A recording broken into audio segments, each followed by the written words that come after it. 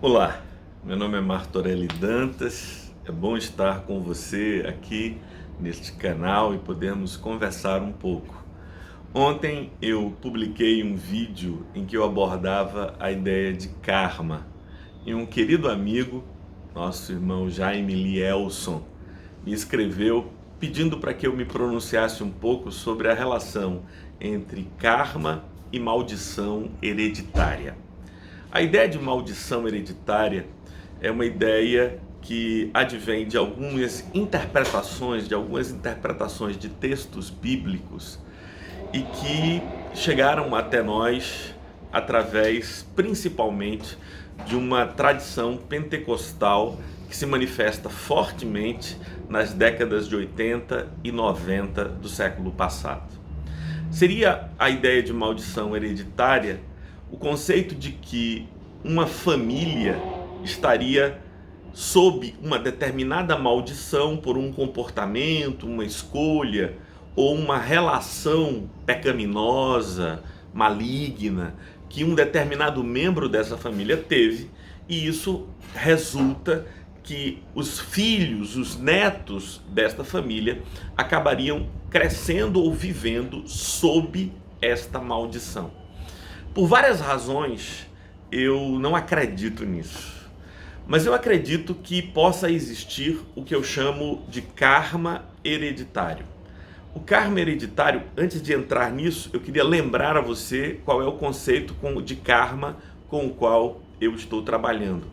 Karma, uma palavra em sânscrito que significa ação, e toda ação, como já nos ensinou a física, produz resultados, corresponde a consequências no mundo fático, no mundo das relações, no mundo da consciência ou das energias que gravitam ao nosso redor. Karma, portanto, é o conhecimento de que as nossas escolhas, as nossas ações produzem consequências. Nesse sentido, é preciso que nós entendamos que existem consequências que não se limitam a mim. As minhas escolhas e as minhas ações, elas não produzem resultados somente sobre mim, mas também sobre os meus filhos, e pode chegar aos filhos dos meus filhos e assim por diante. Mas deixa eu explicar a você, antes que você imagine que eu estou tentando tecer algum comentário de conteúdo religioso. Nada disso. O que eu estou dizendo é que se, por exemplo, um pai tem uma relação com comida que é tal que o seu grande prazer na vida é comer e beber, e os seus filhos crescem vendo um pai sentado à mesa devorando o alimento que é posto diante dele, os seus olhos mudam, a sua feição muda, o seu coração entra em taquicardia, porque aquele grande prazer da vida é comer e beber. Se os filhos crescem desde pequeno vendo esse tipo de comportamento, é natural que eles também desenvolvam esse modelo mental, esse padrão mental. Então, as ações do pai, que era comer de modo violento, virulento, apaixonado, entregue, criou uma cultura na qual seus filhos crescem. E essa cultura naturalmente se manifestará. Eu coloco um exemplo para você. Eu tenho um hábito da leitura, eu tenho prazer e gosto nos estudos. E a minha filha menor, que é Giovana, que tem 13 anos, que é filha do primeiro casamento de minha esposa, ela aprendeu isso. Ela, me vendo estudar, vendo o prazer que eu tenho nas leituras e nos estudos, ela desenvolveu uma cultura de estudo. E aqui eu poderia então falar de bênção hereditária, mas eu mantenho o mesmo conceito, é karma. Ou seja, aquilo que eu faço, o modo como eu vivo, cria uma cultura ao meu redor. As crenças que eu tenho, que eu expresso através de minhas ações, de meus comportamentos, de minhas falas, mas sobretudo daquilo que as pessoas podem ler na forma como eu vivo, cria um ambiente propício para tornar isso de efeito hereditário.